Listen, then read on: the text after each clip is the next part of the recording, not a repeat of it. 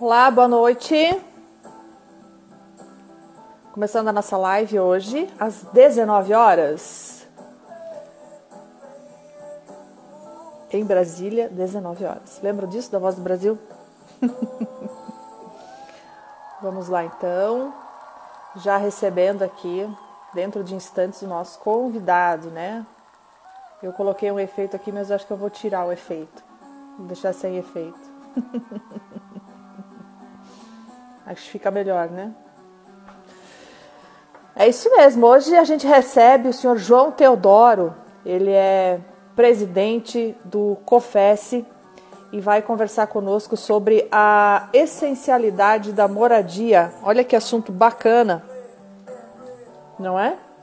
Enquanto aí a gente se discute se é essencial o serviço de um ou o serviço de outro, né? Importante a gente também entender o quão essencial é morar, não é verdade? Então, nada mais justo do que nós recebermos para conversar a respeito desse assunto o presidente do COFES. Então, daqui a pouco ele chega por aqui. Enquanto isso, eu quero aqui mandar abraços, né? Claro, agradecer a presença de todos vocês sempre, né? Leia, o João, o seu Dante, o Anderson, o seu Hermínio Caneco, Isabel Maestrelli, da Tantos, o pessoal todo que está aí junto conosco sempre, né? Daqui a pouquinho a gente já convida o nosso presidente para conversar conosco. Luísa também, pessoal de apoio aí da direção de live na BaseTag, né? A equipe aí que está sempre junto conosco. Márcia Batista, a Elisama também por aqui. A gente já vai dando acenos aí, mandando tchauzinho para todo mundo. Adoro acenar pro pessoal, né? Vamos lá. Ah, que música é essa? Isso é Jack Johnson. Bonita, né? Música boa. Pra gente... Né, Luísa? A Luísa tinha errado o horário da live, né? É 19. Mas hoje, gente... Ai, bati aqui. É hoje, esporadicamente hoje, em função que a gente adequou a nossa agenda à agenda do presidente, né? Porque ele também, com vários compromissos, e conseguiu nos atender nesse momento tão importante, né? Então, é interessante que a gente agradeça também. Por isso, hoje a live é às 19, tá? Mas, normalmente, a gente continua com o horário das 18h30, tá? Vou chamar já o nosso presidente aqui para conversar. Pra gente, tem bastante assunto e é sempre muito legal, né, Hamilton? O pessoal da Invebras também tá aqui, obrigada. COFES CIPS que eu entro, né? Lúcia, eu quero agradecer imensamente aí o apoio da Lúcia, né? Sempre nos auxilia aí nesse approach. Olá, presidente, boa noite. Oi, Tatiana, tudo bem com você? Eu vou bem, graças a Deus. Satisfação recebê-lo. Prazer estar aqui de novo para falar com você, com esse povo maravilhoso aí. Eu fico feliz. Acabamos de sair de uma outra live lá com o pessoal de Alagoas, né, que foi muito boa também, com o pessoal da Caixa Econômica. E vamos Ai, lá. que delícia. É isso, eu quero, assim, a princípio, te cumprimentar, agradecer a disponibilidade e, assim, a sua generosidade em abrir a sua agenda e nos atender hoje de maneira tão rápida e pronta, né? Nesse primeiro contato que a gente fez, porque a gente vem conversando há vários dias e com vários convidados, né? Então, e a Lúcia é uma grande amiga, a Lúcia que está junto com a gente sempre, né? Quero agradecer até aí o apoio dela. E a grande questão é que essa é uma semana, né? A gente já vive um momento mais complexo já há alguns meses, né? E em função da pandemia, mas nessa semana o Paraná também vive alguma dificuldade um pouco maior, né? Então essa semana é uma semana um pouco atípica ainda dentro da pandemia, né? Em função aí de decretos e, enfim, que fazem algum sentido ou não, não é essa a nossa discussão hoje, mas sim entender o que é essencial, né, presidente? E aí a gente começa a pensar. Eu comecei a pensar lá na pirâmide de Maslow, né, da principal ali, a base da pirâmide das coisas mais essenciais, né, morar, comer, respirar, beber. Aí eu falei, não, mas morar tem que ser essencial, né, não tem como não morar. E é isso que eu queria que o senhor começasse falando para a gente. O que o senhor acha desse ponto de vista? Morar, a essencialidade de morar, presidente. O senhor pode falar para a gente sobre isso? Se você for lá na Constituição Federal, no artigo 6º, você vai ver que a moradia está entre as essencialidades da vida, né? Consta na nossa Constituição. E, inclusive, foi com base nisso que o presidente Bolsonaro liberou, por exemplo, a indústria da construção civil do Brasil. E eu não entendo por que a intermediação de negócios imobiliários, sendo justamente o instrumento motor da indústria da construção civil, né, porque nós estamos na ponta do segmento, na ponta da cadeia produtiva do mercado imobiliário, e, de repente, não entra como essencial. Eu, inclusive, estou preparando um documento em nome do Conselho Federal, e vou, obviamente, pedir adesão do Conselho Regional aqui do Paraná, para concitar o governador Ratinho para ver se ele consegue mudar essa opinião, porque eu entendo que a moradia ela realmente é essencial. E cá entre nós, nós estamos falando em vendas, mas hoje mesmo nós tivemos a live com o presidente da Caixa, e agora de tarde eu tive a live com o diretor de habitação da Caixa Econômica, e os resultados de venda imobiliária no Brasil, por incrível que pareça, surpreendem em tempos de pandemia, porque ele está sendo muito melhor do que 2019, por incrível que pareça. Com toda a paralisação, com todo o isolamento social que foi decretado depois da pandemia ter sido anunciada pela Organização Mundial de Saúde, o mercado tem reagido de uma maneira muito positiva. Claro que isso deve-se também, né, nós podemos até conversar um pouco sobre isso na frente, a versatilidade do profissional de vendas que nós temos no Brasil para o mercado imobiliário. Mas a grande realidade é que o mercado está reagindo muito bem. O que significa o seguinte, que as pessoas precisam de casa. Tem até um jargão aí anunciado no mercado que é o seguinte, né? Se todo mundo manda a gente ir para casa, por que a casa não é essencial, né? Fica em casa, fica em casa. Ora, se eu tenho de ficar em casa, eu tenho de ter casa, né? Então, justamente. É mais ou menos por aí. Então, provando a essencialidade da moradia, não tem como, né? A essencialidade da moradia. E outra coisa eu te pergunto, por exemplo, como é que uma imobiliária que trabalha com locação, né, que administra locações, que faz a gestão de locações, a gestão de condomínio, vai deixar de trabalhar? Existe essa possibilidade? Claro que não, porque as pessoas estão morando do mesmo jeito. Quem tem lá 2, 3, 4, 5 mil imóveis sob sua administração, sob sua gestão, não tem como parar, tem que continuar trabalhando, porque as coisas continuam acontecendo. O condomínio continua vencendo, o IPTU continua vencendo, o aluguel continua vencendo. O máximo que ela pode fazer, digamos assim, é trancar suas portas e receber por agendamento, mas parar não pode parar. Não pode. E o senhor teve notícia também de que essa semana, ontem, né, a gente teve aqui no sul, né, no Paraná e no sul, aí um pseudo-furacão, enfim, uma coisa terrível. Mesmo, né? Uma coisa assim. Foi um negócio terrível. Eu vou contar para o senhor que eu dei graças a Deus de estar em casa, olha só. Mas, assim, muitas pessoas foram atingidas. Eu fiquei imaginando na hora que no dia seguinte era o primeiro dia do decreto. Fiquei pensando nas imobiliárias que atuam com locação, no setor de manutenção e reparos, né? Como é que isso deve ter acontecido? Como reagir? Não tem como parar, realmente não tem. Me perdoe, eu gosto muito do trabalho do Ratinho, acho que ele é um bom governador, tem feito um bom trabalho, mas nesse caso ele está equivocado. A assessoria dele não está assessorando da maneira correta. E ele tomou uma atitude que é equivocada. Não há como parar, e eu vou avançar um pouco mais. Nós falamos agora da questão de gestão condominial e gestão de aluguéis. E essas empresas, realmente, você lembrou muito bem, elas trabalham também na manutenção predial, né, desses imóveis todos. Mas, além disso, tem o setor de vendas também.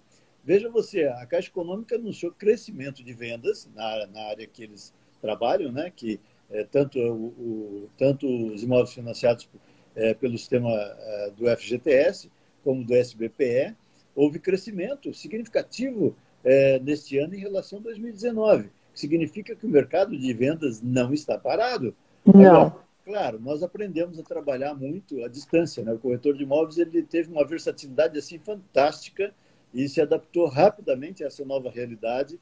E hoje o nosso maior volume de trabalho, sem dúvida alguma, é feito à distância. É claro que a gente sente falta daquele aconchego, daquele aperto de mão, né? Daquela aproximação. Mas isso vai voltar, vai voltar. Claro, vai voltar. mas mesmo assim nós conseguimos superar todos os problemas que a pandemia nos impôs e continuamos vendendo e continuamos crescendo, né? Hoje fiquei muito feliz de ouvir o depoimento do presidente da Caixa, e depois dessa conversa em privado que eu tive também com o diretor de habitação da Caixa, porque a gente pôde sentir que aquilo que nós anunciamos, eu escrevi um artigozinho a respeito disso a semana passada, e falei exatamente da nossa expectativa, né? Não só para o tempo da pandemia, que a gente não sabe o que vai acontecer ainda em 2020, essa pandemia, do jeito que está acontecendo, ela poderá se estender até o final do ano, até que a gente consiga encontrar uma vacina eficiente, né? Que vai demorar ainda um tempão, embora a gente tenha anúncios aí internacionais, né, da imprensa internacional, dizendo que lá na Inglaterra está muito evoluída, inclusive em parceria com alguns laboratórios do Brasil, e que terão a disponibilização dessa vacina provavelmente ainda este ano. Deus queira que seja verdade. Se for verdade, a gente tem uma esperança um pouco maior. Senão, isso vai acontecer de continuar, porque veja o que está acontecendo hoje no Paraná.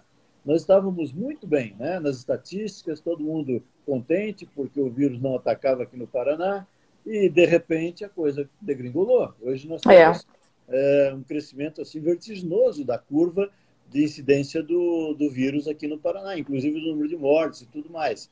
E aí o governador e os prefeitos, apavorados com esse número, acabam decretando quase que um lockdown, né? Um pré-lockdown, né, no meu ponto de vista. Pré-lockdown. Uma paralisação quase que total da economia, por conta da expectativa de que isso vai resolver o problema da pandemia. Na verdade, o que vai acontecer é o seguinte, ele vai talvez dar uma arrefecida, porque obviamente dá uma freada, né? O isolamento compulsório, ele dá uma freada na propagação do vírus, com toda certeza. Mas não significa que o vírus desaparece. No momento em que termina esse pré-lockdown, como você colocou, o vírus começa a se propagar de novo. Então, todo mundo vai para a rua de novo. Nós temos que começar a pensar em uma solução um pouco mais definitiva, né? Eu, inclusive, escrevi sobre isso no começo, logo que começou o isolamento social, e dando a minha opinião a respeito. Eu acho que os governos têm de se preparar do ponto de vista médico, do ponto de vista de saúde, para enfrentar a pandemia, né? Para enfrentar Sim. do ponto de vista de tentar salvar as pessoas, etc. e tal. E nós, público, temos de entender. Aí talvez falte uma campanha, porque não adianta o cara ir para a televisão. Hoje, a minha crítica à grande imprensa é que a televisão, todo dia, a gente já não aguenta mais ouvir. Mas só o que eles falam? Eles falam que morreram tantas pessoas hospitalizadas, só números negativos, né? E teve uma época que os caras começavam a mostrar, inclusive, as pessoas sendo enterradas um sobre o outro no cemitério. Sim, coisas causando pânico. Para a população. Mas não tem uma política, na verdade, de orientação efetiva da população, de apelo à população, por favor, fique em casa, por favor, se cuide, por favor, use máscara, por favor, use álcool gel, enfim, mantenha distanciamento, coisas que, infelizmente, nós não atacamos. Eu acho que se nós tivéssemos um trabalho de disciplinamento da população, nós poderíamos voltar ao trabalho completamente sem qualquer dificuldade. Claro, tomando todos os cuidados, né? Mas sem dúvida. Disciplinamento. E o brasileiro é rebelde por natureza, lamentavelmente, né? Nós temos muita gente ainda semi-analfabeto no Brasil, tem até dificuldade de entender o que está acontecendo. Mas se a gente usar as armas que nós temos, as prefeituras, as associações de bairros, as igrejas, todas elas... Sociedade organizada, né? A sociedade organizada, os segmentos diversos da sociedade organizada tinham de ser mobilizado pelos governos estaduais, municipais, enfim, para fazer com que a população começasse a obedecer esses cuidados todos que são necessários. E aí nós não precisávamos parar a economia, entendeu? Mas, exatamente. Eu não sei, existem outras coisas que não estão ao nosso alcance compreender, né? Eu digo política. E, lamentavelmente, isso que está acontecendo são coisas que não se pode explicar para a população, porque provavelmente há coisas por detrás disso que não podem ser explicados sob a pena de desestabilizar politicamente alguém. Então, esse é o problema. Sempre há, né? Sempre há, lamentavelmente. Lamentavelmente. Mas só para concluir a pergunta, eu acho que está errado. Eu acho que a gente tem de mudar completamente esse procedimento, senão nós não vamos acabar com isso, não. Porque a pandemia, esses 14 dias decretados aí pelo governador de rigor, né, do isolamento social, não vai adiantar para acabar com a pandemia, com toda certeza. Aí nós vamos voltar ao trabalho, 15 dias depois ele está decretando novamente outro rigor, entendeu? E assim vamos até a gente encontrar aí uma saída mais, digamos assim, eficiente do ponto de vista médico, etc. Não tão paliativa, né? Não tão paliativa. Concordo, Eu acho que sim, tem que se rever essa questão da essencialidade, também concordo, né? Porque logo que se viu essencial, eu fiquei pensando, puxa, mas morar é essencial. Então, se eu precisar falar com a imobiliária da casa onde eu moro, se fosse locada, como é que eu faço? Se eu tiver algum problema, como é que eu faço? A renegociação agora, que cada vez mais aumenta, fundamental, né? Enfim, todos os serviços. Como é que você vai dizer que isso não é essencial? Eu realmente fiquei com um baita de um ponto de interrogação, e foi por isso que eu procurei você nesse momento. Falei, eu tenho que conversar com o seu João para a gente trazer ele aqui para a live para tentar entender um pouco mais como é que é essa expectativa. Então, por parte do Cofés, o senhor acredita que alguma ação, alguma carta de intenção será feita? Nós estamos tentando, já temos o pessoal trabalhando, e amanhã eu vou trabalhar pessoalmente nisso, tentar demover o governo estadual do Paraná e tentar demover também tentar convencer o presidente da República a incluir, né, a essencialidade do imobiliário de um modo geral, como ele fez para a construção civil, entendeu? Perfeito, Com toda certeza. Tá? Ai, que bom. Um alívio para todos, né? Um alívio para todos. E no Brasil, assim, a gente tem falado, né? O senhor falou com o presidente da Caixa, esteve com a Live, conversou há pouco também com o diretor de habitação. Quais são as novidades? O que o senhor tem para nos contar a respeito desse ponto de vista? Notícias boas para nós, para o mercado imobiliário? Sim, a Caixa Econômica está muito preocupada. Aliás, o governo federal, de modo geral, está preocupado e, obviamente, a política habitacional do governo federal ela é implementada pela Caixa Econômica Federal, né? A Caixa Econômica continua sendo o nosso principal agente financeiro, tanto nas habitações de baixa renda, como também no SBPE, né, que é o recurso originado da poupança, e tem coisas boas, né? Por exemplo, uma coisa interessante que a Caixa adotou agora é poder incluir no financiamento, por exemplo, as custas do financiamento, né? As custas cartoriais, as custas de TBI. Nossa, fantástico. Nossa. Facilita a vida das pessoas. Imagina, você pegar lá, eu vou comprar um apartamento de R$200 mil, vou ter aí aproximadamente 5% de despesas entre registro, escritura, ITBI, etc. e tal. 10 mil. Esse dinheiro vai ser incluído no valor do financiamento e vai ser diluído ao longo de 15 anos, 20 anos, 30 anos, dependendo do prazo que eu vou fazer. Nem sente. Uma notícia muito boa, nem sente, exatamente. E você pode, eventualmente, ter esse recurso para ajudar no mobiliário que você vai ter que gastar para mudar no teu imóvel novo, eventualmente uma pequena modificação, uma adaptação que você tem de fazer no imóvel. Enfim, eu acho que é uma medida muito interessante. Outra medida bastante interessante que ele adotou, primeiro, a carência, né, de 6 meses, né, você faz o financiamento e vai começar a pagar daqui 6 meses. Então, você tem ainda 6 meses de prazo para você dar uma sentada, já que você gastou algum dinheiro para dar entrada no imóvel, está meio abalada a tua finança, então você vai ter 6 meses para dar uma regularizada e aí começar então a pagar as prestações. Ó, o marketing já pensando aqui, compre agora e só começa a pagar no ano que vem, né? No ano que vem, exatamente. E também a questão aí para os incorporadores, né, construtores incorporadores, mas que reflete positivamente também no mercado de modo geral.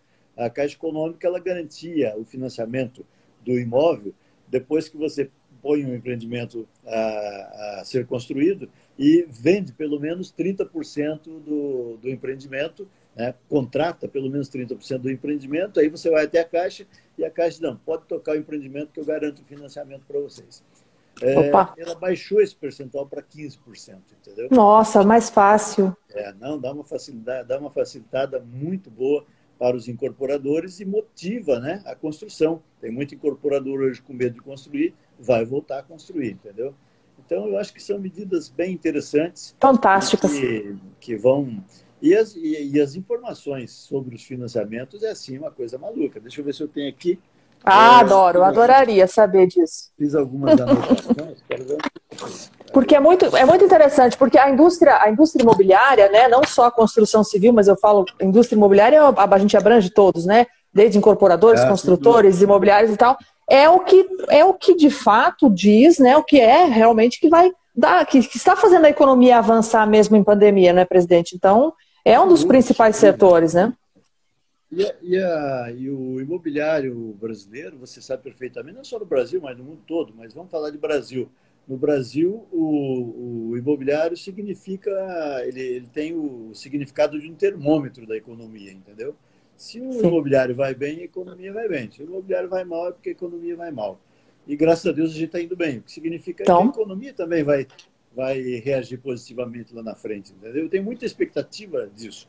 Eu tenho dito para as pessoas o seguinte, que eu me lembro, quando nós tivemos aquele problema da quebra financeira mundial, que aconteceu em 2008, mas aqui no Brasil a gente ficou bem, nós não tínhamos problema nenhum. Aliás, nós tivemos foi um chamado boom imobiliário no Brasil. foi. Desde 2007, mais ou menos, até 2012, nós tivemos um boom imobiliário no Brasil. Agora, por que aconteceu esse boom imobiliário no Brasil? Ele começou, na verdade, em 2005, porque até lá nós não tínhamos financiamentos habitacionais disponíveis, né? A média de financiamentos no Brasil naquela época era de, no máximo, 3 bilhões ao ano para todo o Brasil, imagina. Pouquíssimo. Depois de 2004, que teve uma lei, que é a Lei 10.931, que é de agosto de 2004. E essa lei ela criou uma série de condicionamentos para os bancos, agentes financeiros do setor habitacional no Brasil. E obrigou o retorno dos bancos privados ao financiamento e da própria Caixa Econômica. O resultado disso foi que no ano de 2005, né, ou seja, 4 meses depois de vigorar a Lei 10.931, nós tivemos a disponibilização de 12 bilhões de financiamentos habitacionais, de dinheiro para financiamento habitacional no Brasil. Já no ano seguinte, esse valor subiu para 19 bilhões. E já no seguinte, para 27, depois para 49, e assim foi, até que nós chegamos em 2012 com financiamentos de mais de 200 bilhões de reais no Brasil, entendeu? É realmente um boom mesmo. O que aconteceu? Por que aconteceu esse boom? Na verdade, essa demanda ela existia, só que estava reprimida porque não existia financiamento disponível. Na hora que houve financiamento, o mercado aflorou, né? Então, o que vai acontecer agora? Vamos hipotetizar que realmente a gente está vivendo uma espécie de retrocesso no mercado imobiliário, porque o isolamento social, a dificuldade de relacionamento, etc. e tal, acaba diminuindo um pouco aquele movimento que poderia ser maior do que já é, ok? Uhum. Mas esse movimento que fica, digamos, retesado, fica reprimido, ele vai explodir logo depois que a pandemia passar, com toda certeza. Por quê? Porque a vontade das pessoas em trocar de imóveis ou a necessidade de trocar de imóveis, ela não desaparece com a pandemia. Morar é essencial, né, presidente? Claro, com certeza. Ela continua. Ela só pode, eventualmente, vou ter que segurar 2, 3 meses aí naquilo que eu pretendia fazer, mas eu vou ter de fazer, né? Então, no momento em que as coisas voltam à normalidade, esse mercado aflora novamente e a gente vai ter aí. Eu espero que não seja exatamente um boom imobiliário, porque o boom imobiliário, na verdade, não é bom para ninguém. Ele causa desequilibra, né? Desequilibra, né? Então, o ideal é que não aconteça isso, mas que o mercado volte à sua normalidade e a gente vai, com toda certeza, ter muito dinheiro pela frente para ganhar. Tomara. Mas olha só, você sabe que a gente vem percebendo, né, ao longo aí desses 3 meses, mais do que 3 meses, já mais quase 100 dias, né? Eu preferi não contar os dias para não, né? Mas sei que são mais de 3 meses. Mas a gente percebe pelos parceiros imobiliaristas, enfim, pelos clientes, né, e as gestões que a gente faz das suas contas, que os negócios continuam e vêm até melhorando para muitos. Isso é muito interessante. No resto do Brasil, essa percepção também, também vem acontecendo dessa maneira, presidente? O senhor vem percebendo isso com o mercado? Por incrível que pareça, sim, Tatiana. Só temos algumas restrições nas regiões mais humildes do Brasil, né, que você sabe que nós temos, algumas partes do norte e outras do nordeste, onde a gente tem uma queda um pouco acentuada do mercado imobiliário. Mas, de modo geral, o mercado está indo bem em todo o Brasil, entendeu? De modo geral. Então, só nessas regiões mais pobres é que a gente percebe, sim, um certo refluxo do mercado imobiliário.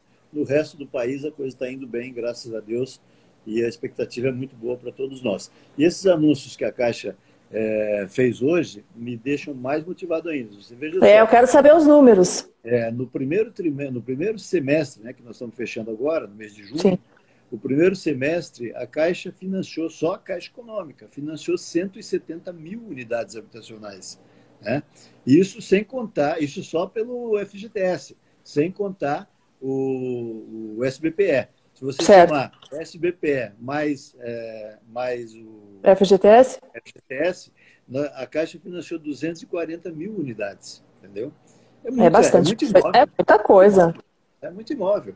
É verdade que nós não chegamos ainda, porque isso tudo deve representar alguma coisa perto de 50 bilhões, mais ou menos, em reais, tá? 50 bilhões, 55 bilhões. Vamos dizer que nós consigamos repetir essa performance no segundo semestre. Então, nós chegaremos ao final de 2020, veja bem, veja o número, chegaremos ao final de 2020 com alguma coisa aproximada de 100, 110 bilhões de reais em financiamentos. Você entende? Então, você pode dizer que esse mercado é ruim, isso só pela Caixa Econômica. Não estamos falando dos outros bancos que também estão agressivos com as taxas. Temos né? Itaú, temos Santander, temos Bradesco, né? Que são bancos que também financiam. O Banco do Brasil financia em menor volume, mas financiam. Nós temos mais 30% do mercado. A Caixa representa 70%, nós temos mais 30%. Então, nós vamos chegar no final do ano com algo em torno de 140, 150 bilhões de financiamento. Eu já estava calculando aqui. Muito significativo para quem, como eu disse agora há pouco, que até 2004 financiava no máximo 3 bilhões por ano. Hoje, financiar, num tempo de pandemia, 150, 140 bilhões, você acha que isso é economia ruim? Meu Deus do céu. Né? Não, então a gente está mal de conta, né? A gente está mal de conta. Tem que pensar nisso. Entendeu? E ainda mais agora com essa novidade dos 15% para apoio à produção, acredito que o segundo semestre deva ser melhor do que o primeiro. Deve ser melhor do que o primeiro. A gente tem essa expectativa, sim. Deve ser melhor do que o primeiro. Então, eu estou muito otimista. Eu acho que é só a gente trabalhar direitinho que não tem problema, não. Agora, os governos estaduais e municipais têm que parar com essa frescura de querer parar, desculpe o termo. Né, não, está tranquilo. Já estamos depois do expediente, presidente, já podemos falar. Né, de querer paralisar a atividade dos corretores de imóveis, das imobiliárias. Não tem sentido, não tem sentido. E a gente não está... O trabalho dos corretores de imóveis é um trabalho muito pontual, e das imobiliárias também. Não é um trabalho de aglomeração. Ninguém faz fila na porta da imobiliária, ninguém faz fila na porta do escritório de vendas do corretor, entendeu? Quem dera, né? Quem dera. Esse tempo já passou, né? Assim, quem dera. Mas ninguém faz isso. Então, não tem sentido você decretar uma paralisação de uma atividade como essa, que produz, resulta na realização não só do sonho, mas da necessidade da pessoa, né? E essa necessidade está consignada no artigo 6º da Constituição. Vou repetir. Você vai lá, você vai ver considerado como bem essencial a moradia, né? Então, acho que os governos têm que passar a considerar isso, entendeu? Vamos fazer aqui uma força-tarefa aí para ver se a gente consegue demover o nosso governador aí de repensar esse ponto, realmente. Vamos dar uma repensada nisso, né? Vamos tentar, presidente, depois o senhor conta para nós aqui. Mas, assim, essa adaptação, eu acho que a gente conversou bastante sobre isso, né? Eu quero agradecer a todo mundo que está entrando aqui, gente. Eu não estou mandando abraço pontual para a gente não deixar ninguém fora, mas eu tenho aqui várias pessoas do Cresce, o pessoal do Sindimóveis, o pessoal da Rede Bio, o presidente da Bio, o senhor Daniel, a Isabel, o Noel lá do Sindimóveis está mandando abraço, todo mundo aqui, tá, gente? Obrigado mesmo aí, seu Hermínio Caneco lá de Guarapuava, a Elza, enfim, muita gente legal. Obrigado, viu, gente? Obrigada pelo carinho de vocês. Mas vamos lá, adaptação é a palavra, né? A gente estava falando, até o senhor comentou no começo, né? Então a pandemia veio e a adaptação, tudo precisa ser adaptado. Então a gente começou a perceber que no começo foi meio truncado o negócio, foi um susto e tal, mas logo as coisas foram se assentando e foi indo. Então assim, a gente percebe que os bancos começaram a se adaptar em muitas situações, melhorando as taxas de juros, melhorando essas condições, não só a Caixa, mas muitos, né? Os cartórios, né, passaram, o cartório, que sempre tão conservador, né, uma entidade tão conservadora, passou a considerar atos notariais de maneira virtual, né, então, assim, contribuindo com tudo isso, assinaturas eletrônicas, digitais, e, assim, a possibilidade de fazer com negociação já quase sem sair aí, né, sem pouquíssimo contato. Você acredita que o mercado, eu tenho percebido, tá? É uma impressão minha, que o mercado tem gostado desse modelo, assim, de fazer negócio, né? O senhor acredita que os nossos corretores, eles estão adaptados a isso agora e que isso vai prosseguir? Qual é a sua visão sobre isso? Olha, Tatiana, eu tenho de ser um pouco radical nessa questão, sabe? Eu acho que o corretor que não se adaptar, ele vai cair fora do mercado. Não tem jeito. Eu tenho falado isso para os meus colegas, porque a gente fala muito sobre a questão das gerações, né? Eu até escrevi um artigo há pouco tempo sobre gerações e conflitos. E nele eu falava exatamente que nós convivemos hoje 4 gerações no mínimo, né? Que é a geração Baby Boomers, da qual eu pertenço, depois vem a geração X, depois a geração Y, que é a geração que está agora, e ainda vem a geração Z, que são as os millennials. Os millennials. Os Y, né, são os millennials. Então, são 4 gerações que estão convivendo. E cada um tem o seu modo de venda, tem a sua forma comportamental, né? Os mais antigos não têm nenhuma afinidade com a tecnologia, pelo menos a maioria, né? Os do meio termo aí tem um pouco, já começa a sentir alguma coisa, né, de tecnologia e tal, mas tem os atuais, os mais recentes, né, dos millennials, que são totalmente tecnológicos. Então é um desafio muito grande para a gente fazer com que haja um atendimento perfeito, por exemplo, no departamento de vendas de uma imobiliária, né? Vai ser um desafio realmente. Mas o corretor tem de se adaptar a isso, não tem jeito. Então o corretor que não conseguir se enquadrar nessa nova maneira de viver, nessa nova maneira de enfrentar a sua profissão, ele vai cair fora. Então, muita gente tinha medo, né? Eu até falei muito sobre isso, escrevemos alguma coisa sobre isso, porque havia um medo do corretor de imóveis e alguns institutos de pesquisa até chegaram a apontar isso, que haveria a substituição do corretor pelo computador, pela máquina, né? Que não precisaria mais de corretor, e a gente tem visto que não é nada disso.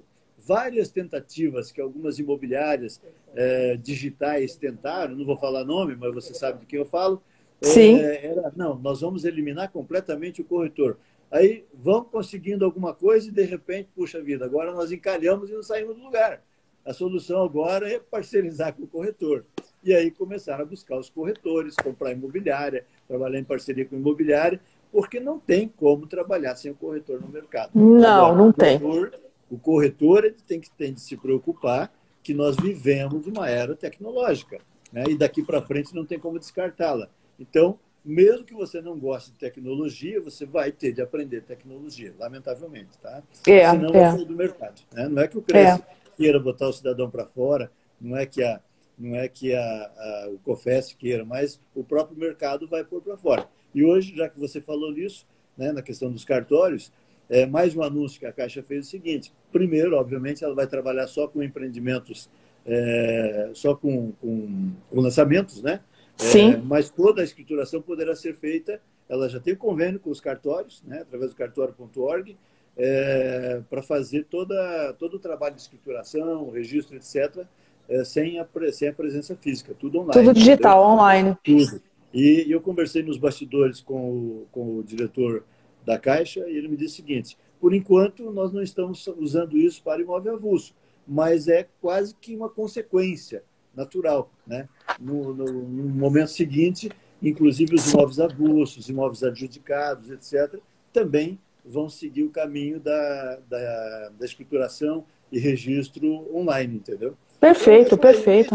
E nós vamos ter que aprender a fazer assinatura eletrônica, enfim, não tem como... Não tem.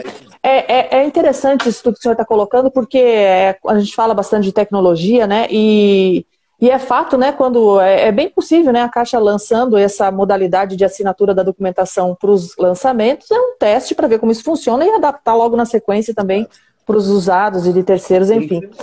Por incrível que pareça, a resistência que nós encontramos aí é mais do sistema cartorial do que dos próprios corretores, entendeu? Os corretores até se adaptam com facilidade, mas nós temos muito cartório ainda que não tem informatizado.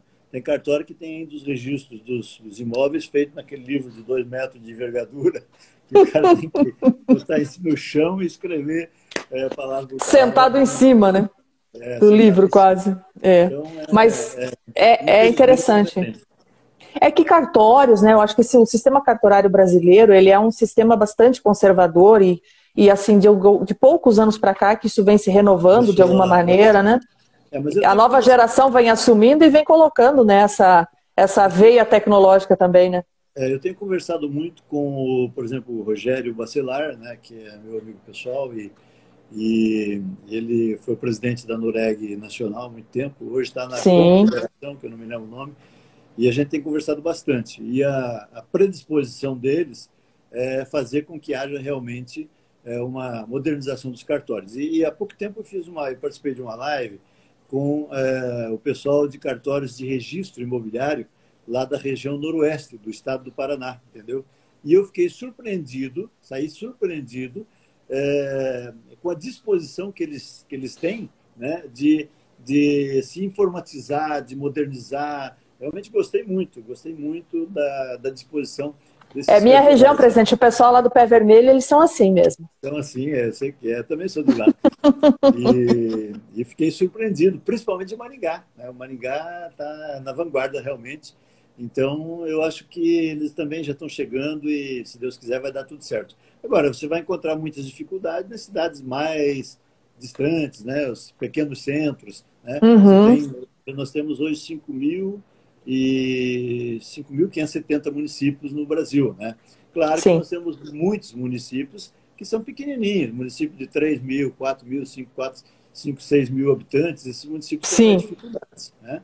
Mas os municípios de médio porte e os municípios de grande porte, com certeza, serão todos informatizados rapidamente e a gente terá facilidade de fazer esse trabalho, com certeza. Olha só, gente, então o lance é o seguinte, não adianta, é abraçar a tecnologia, usar ela a seu favor, ela não vai substituir o corretor, a gente já falou isso várias vezes, nunca isso vai acontecer. O ser humano, a gente é analógico, a gente gosta, não gosta, a gente, no fim de tudo, quer o apoio do corretor e tal. Morar é essencial, a gente já disse, todo mundo vem se adaptando. A minha pergunta agora é, e a essencialidade do corretor, presidente, no negócio imobiliário? Aí é o seguinte, tem uma coisa, eu inclusive estou estudando nesse momento, estou fazendo um curso de pós-graduação em neurociências, né, para entender a cabeça das pessoas. Isso é ótimo, hein? E uma coisa que a gente estuda muito na questão da neurociência é a questão da empatia, né? As pessoas muitas vezes têm dificuldade de entender o que é empatia. Empatia não tem nada a ver com simpatia. Simpatia é uma coisa, não é o contrário de simpatia, tá, gente? Alguém já me disse. Mas são coisas distintas. A empatia é a capacidade que nós, seres humanos, temos de entrar na outra pessoa que está interlocutando com a gente, entendeu? Então, eu costumo dizer para as pessoas o seguinte, quando eu trabalhava diretamente no setor de vendas de imóveis, eu tinha o seguinte procedimento. Antes de oferecer efetivamente um imóvel para o meu cliente, eu procurava conhecer o meu cliente, mas conhecer profundamente. Sabe o que é conhecer profundamente? Você chamar o cara para um bate-papo, tomar um café com ele, saber da família dele, saber quantas pessoas, o que fazem, por que fazem, o que ele gosta de fazer, como é que ele gosta de passar os finais de semana dele, junto com a família, longe da família, enfim, você realmente se colocar no lugar daquela pessoa, entendeu? Isso é empatia. Você conseguir ter a capacidade de explorar dessa pessoa tudo que ele tem de bom para te informar e você se colocar no lugar dele. Aí você passa a entender quais são as reais necessidades ou anseios dessa pessoa, né? Ou vontade, ou disposição. E aí fica muito fácil de você fazer o negócio. Porque ao invés de você sair mostrando imóveis aleatoriamente, 10, 20, 30, 40 imóveis, como a gente fazia no passado, você esquece isso e vai mostrar para ele os imóveis que realmente você percebe de antemão que é o que atende a sua necessidade ou o seu anseio, entendeu? Sem dúvida, é mais assertivo. Aí fica fácil. Agora eu pergunto para você, qual é o computador, qual é o robô aplicativo, o sistema? Qualquer coisa que você possa imaginar em termos de tecnologia. Não vai. Não existe. Não existe. Então, aí vem a essencialidade do corretor. O corretor é essencial. Ainda que seja online, por exemplo, isso que nós estamos falando agora. Né? Eu estou falando olho no olho com você. Né? Claro. É muito importante, as dicas de passagem. Né? Isso aqui é um recado para os meus colegas corretores de imóveis. Eu uma vez atendi um vendedor de máquinas de fotocópias, né? Não vou dizer de qual marca, e eu fiquei indignado com o camarada, porque eu fui vendedor a vida inteira. E uma coisa que eu aprendi na minha vida é que você tem que olhar no olho da pessoa. Você não pode desviar o olhar. Porque quando você desvia o olhar, você está mostrando fraqueza, entendeu? Justo. Você tem que saber isso, né? E aquele cidadão ia conversar comigo e eu procurava o olho dele, mas ele olhava para baixo, desviava a cabeça. Eu ficava assim extremamente perturbado com aquilo. Caramba, como é que... Constrangido, né? Meu Deus, não pode isso. Então é preciso que a gente tenha essa coragem de olhar no olho. O olhar comunica muito mais do que qualquer coisa, né? Então o corretor tem que saber disso. Ele tem de olhar o seu cliente olho no olho. Mas tem de conhecê-lo profundamente para poder ofertar para ele exatamente aquilo que ele precisa, aquilo que ele sonha ter como futuro proprietário. E aí, com certeza, não tem como errar no atendimento do cliente. E a tecnologia ajuda muito, né? A tecnologia não veio para substituir, mas para auxiliar o processo de vendas. Imagina você nos grandes centros e nas capitais, né? Onde a gente tem uma dificuldade de locomoção muito grande, além do risco, né? Hoje você tem problema. E custo, né? Problema de bater o carro, uma série de coisas que a tecnologia evita hoje, né? Eu posso pegar, por exemplo, depois de eu te conhecer, você quer ser minha cliente, quer comprar um imóvel, depois de eu te conhecer e saber exatamente aquilo que serve para você, eu não tenho necessidade de levar você para ver cada um desses imóveis. Hoje eu tenho mecanismos tecnológicos que me permitem mostrar o imóvel como se você estivesse dentro dele, pelo computador, até pelo celular. Claro. Né? E aí você tem condições de avaliar, inclusive avaliando o que tem ao redor do imóvel, que é muito importante, que as pessoas esquecem também. Não é só mostrar o imóvel. Esse imóvel está ótimo, está em perfeito estado de conservação, atende a tua necessidade de número de pessoas, da família, blá, blá, blá, mas esquece que esse imóvel tem que ter uma estrutura ao seu redor que atenda também às necessidades da família, entendeu?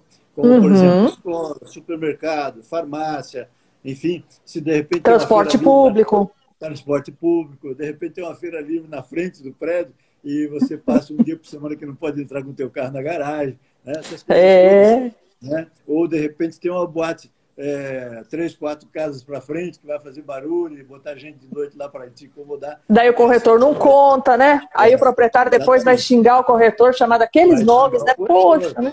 O corretor. Então a gente tem que saber que você precisa se colocar no lugar do cliente e oferecer para ele todas as informações necessárias, e aí está a essencialidade do corretor. E você pode fazer isso hoje online sem nenhum problema, entendeu? Tudo via internet você consegue fazer. E aí facilita a vida de todo mundo. Você economiza não só dinheiro, né? Economiza tempo e economiza risco também, entendeu? E é legal que você pode, usando esse tipo de tecnologia, como tour virtual e outras coisas mais, você consegue dar também mais velocidade para o teu próprio trabalho, né? Porque ao invés de eu mostrar um imóvel por dia, vou lá do outro lado da cidade, mas fico imaginando eu em São Paulo, né? Lá, volto, conseguiria fazer 2 visitas por dia, talvez, e olhe lá. Eu tenho aí 5, 6 acontecendo ao mesmo tempo com a tecnologia. Então a tecnologia veio para me ajudar, né? Eu me lembro, muito legal, presidente. Quando eu comprei o meu primeiro apartamento, isso foi logo que eu me casei, né? Isso faz 40 e poucos anos. E eu tive muita dificuldade. Eu levei 6 meses para encontrar o apartamento que atendia as minhas necessidades e anseios naquela ocasião, entendeu? E olha que eu visitei apartamento, visitava e não conseguia encontrar aquele que realmente dá o tchan, assim, não é esse? Que você entrou para essa minha casa, gostei. Até que um dia entrei num e, bom, é esse aqui que eu quero, entendeu? Hoje você consegue fazer isso. Hoje você consegue fazer isso em, sei lá, 2, 3 horas você consegue fazer isso, entendeu? Pela internet, pela via digital, e nós não conseguíamos no passado fazer isso. Então a vida do corretor facilitou muito. E o pessoal costuma reclamar, mas na verdade o mercado imobiliário ele é um mercado muito bom, as pessoas que são bem alinhadas com tudo que é novidade conseguem sobreviver de uma maneira muito digna no mercado imobiliário. Então eu gosto muito do mercado imobiliário, eu quero deixar isso para os meus colegas. Eu também. Presidente, olha só, quero agradecer aqui também, a gente já falta poucos minutos, a gente tem menos de 15 minutos de live aqui, mas eu quero agradecer ao presidente do Sindimóveis, também, seu Bonato, que está aqui, quero agradecer a Isabel, que está aqui ajudando a gente, dando as boas-vindas para todo mundo aqui, dando uma força aqui na direção ajudando a gente na live. Muito obrigada, viu, pela força e todos vocês que estão aqui.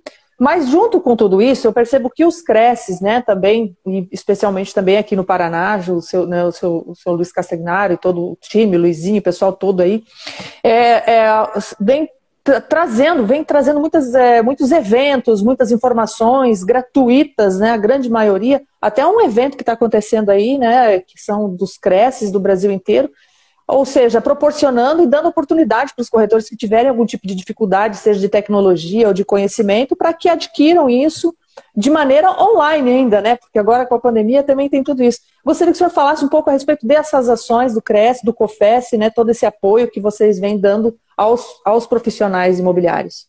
Olha, Tatiana, na verdade eu acho que nós temos dado tudo aquilo que nós podemos oferecer de bom para os corretores de imóveis, mas não apenas no sentido de representatividade dos direitos e das vontades dos corretores de imóveis, das imobiliárias do Brasil, mas também das necessidades básicas, né? Alguns conselhos regionais, eu digo alguns, na verdade vários, né? Vários conselhos regionais empreenderam, por exemplo, uma campanha chamada Cresce Solidário, onde consegue alimentos, onde consegue roupas, onde consegue um monte de coisa para ajudar aquelas pessoas mais carentes. Que a gente entende o corretor de imóveis, graças a Deus eu sou um cara bem sucedido, e eu conheço muitas pessoas muito bem sucedidas. Mas a gente tem que lembrar que existem aqueles que não têm tanto sucesso na vida. E aqueles que trabalham, por exemplo, lá no interior, na cidadezinha pequena, vendendo loteamento de lotes que custam R$ 20.000, R$ 15.000. E, obviamente, a renda dessas pessoas é muito mais modesta do que você pode imaginar alguém que trabalha a todo vapor numa capital, num grande centro urbano, né? E essas pessoas tiveram realmente dificuldades, principalmente no início da pandemia, quando houve aquele abrupto isolamento social determinado pelos governos. E aí os Cresces agiram rapidamente e conseguiram ajudar muita gente. E no sentido no sistema COFES-Cresce, que é por nós representado em Brasília, nós fizemos uma ação muito forte também. Por exemplo, aquela ajuda extraordinária que o governo federal implementou, que no começo era de R$ 200, depois nós conseguimos, com todo o esforço do Congresso Nacional, e aí o COFES participou ativamente, porque nós temos uma frente parlamentar muito boa. Hoje a nossa frente tem mais de 230 parlamentares, entendeu? Acabamos de lançar agora a nossa agenda do mercado imobiliário e deixamos isso muito claro. Só se você entrar lá no site do COFES, você vai ver que só de manifestações dos deputados espontaneamente, que a gente mandou fazer via internet, porque não tinha como presencializar o lançamento, né? Nós temos mais de 50 manifestações só no site do COFES, entendeu? Então, nós temos hoje uma atuação muito forte no Congresso Nacional. Inclusive com aquela questão da Anastasia, né? Que foi uma intervenção de vocês também, que vocês conseguiram derrubar aquele artigo lá. Então, nós conseguimos inserir os corretores dentro daquela questão da ajuda extraordinária. Claro que nem todos, graças a Deus, precisaram, mas vários colegas nossos utilizaram e ainda estão utilizando. E daí vem a questão política. Essa da Anastasia foi uma delas, né? Fora outras barbaridades que aconteceram aí, que não dá para a gente discorrer agora sobre tudo.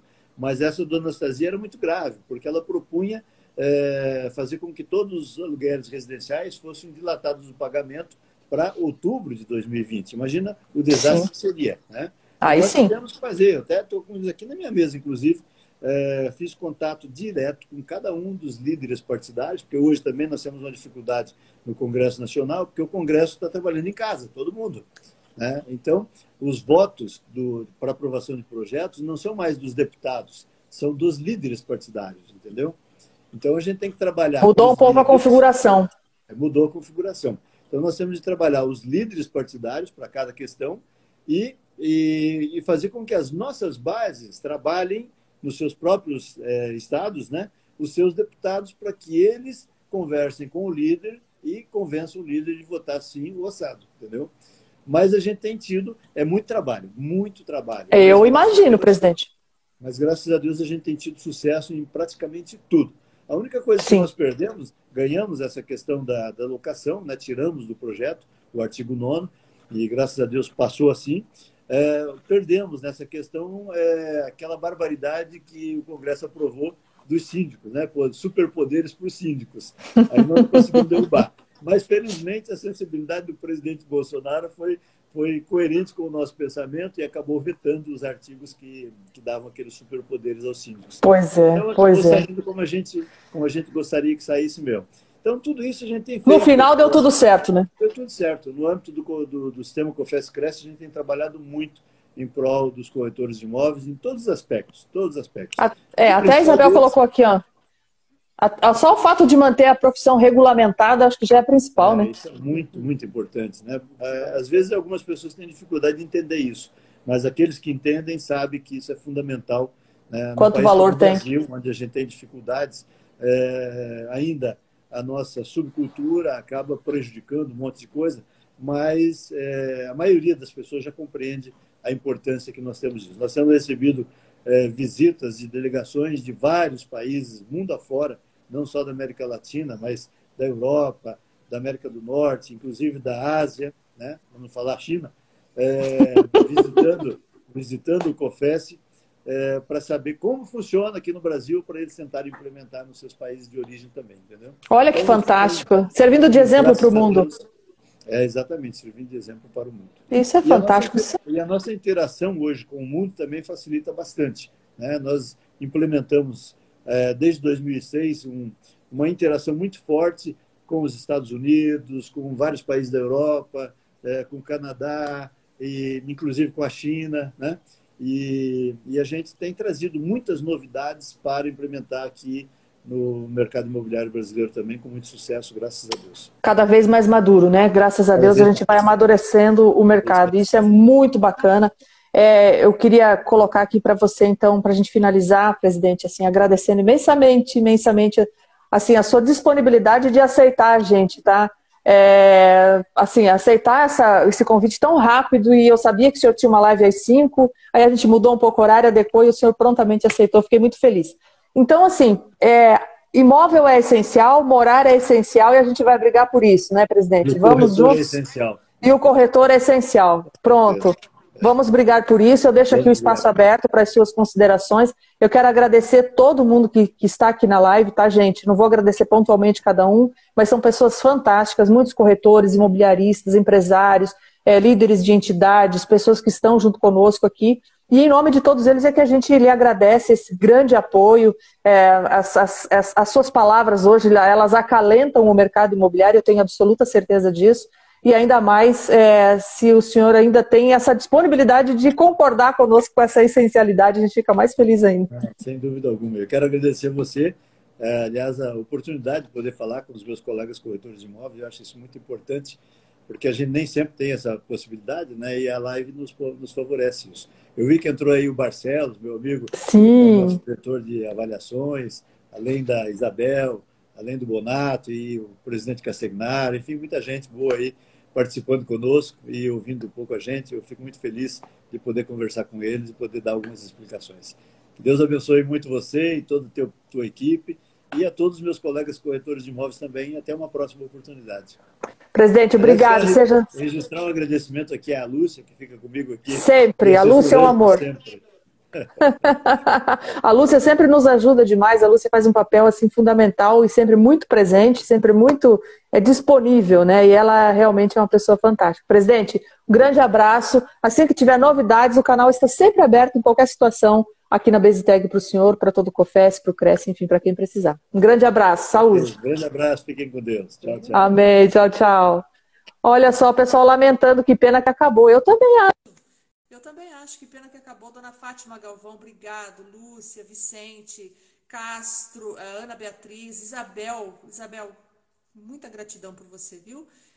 Giane, né, a Marina, o Hamilton da Invebras, Márcia Batista, o Daniel, presidente da BI, né, obrigado, o João, a Vanilda, o Anderson, né, Glória, beijo para você lá no Rio de Janeiro, né, também Nelson Bahrein, se eu falar o nome errado, Hélio, Vicente, Paulo Roberto do Avalião, Crisele, Suzane, enfim, um monte de gente aqui que eu já não consigo mais voltar aqui, né? O pessoal comentando do Outubro Rosa, né? Que já está enraizado e todo mundo, né, tem dado grande apoio. Sensacional, gente. A gente está junto, independente de como é que vai ser isso esse ano. O Outubro Rosa vai acontecer, né, Anderson? Firme e forte.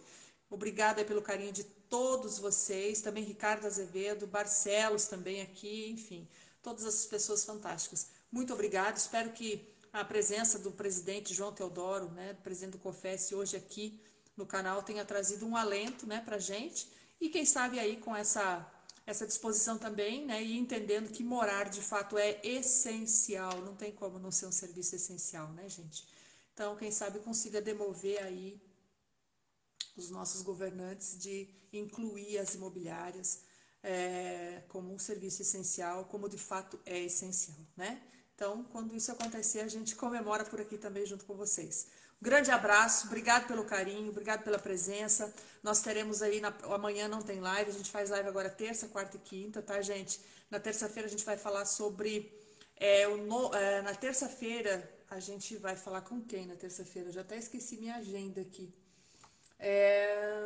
Na terça-feira a gente vai falar com o Matheus Brilhante. Ele é um rapaz brilhante, como o nome diz. Ele que está desenvolvendo aí uns trabalhos sensacionais no Brasil inteiro de qualificação do corretor imobiliário. São várias palestras, muita coisa legal. A gente vai conversar com ele sobre esse trabalho dele. E na quarta-feira a gente vai conversar com uma especialista na lei de zoneamento urbano, tá? Então, a gente vai falar sobre a nova lei de zoneamento urbano em Curitiba, o que muda em Curitiba, né, o que isso influencia no mercado imobiliário. Na quarta-feira, uma live em conjunto com a ADEME Paraná, né, a gente vai fazer isso na quarta-feira. E na quinta, uma live bem diferente, falando sobre mindfulness, como você se manter concentrado, como você conseguir se manter tranquilo, como você conseguir trabalhar a sua mente, a sua concentração, exercícios para você se manter concentrado, produtivo, tranquilo, desestressado através dessa técnica de mindfulness, com uma especialista também nesse assunto. Então, na semana que vem, muita coisa boa vai estar rolando por aqui e eu conto com vocês. Sempre às 18h30. Hoje que a gente, de uma maneira diferente, fez às 19h, né? Mas sempre é às 18h30, tá bom, gente? Um grande beijo, cuidem-se, tá? E a gente está aí junto com vocês também, nessa luta, nessa batalha. Também estamos aí em home office, trabalhando e atendendo, cuidando dos nossos clientes, né? Tentando fazer com que esse mercado, essa roda continue girando. E assim a gente percebe sim uma movimentação muito positiva no mercado imobiliário, tá, gente? Não é só... Aí o presidente colocou, são números muito importantes, mas também a gente percebe junto aos nossos clientes muita coisa bacana acontecendo, muita movimentação, né? E isso é importante para que todos tenhamos bons resultados, tá bom? Então, obrigado, Isabel. Vamos todos lá para a live do Avalion agora às 20 horas, hein? Avalion oficial. Vamos lá na live do Paulo agora que tem muita coisa legal para a gente assistir por lá. Beijo, gente. Até terça.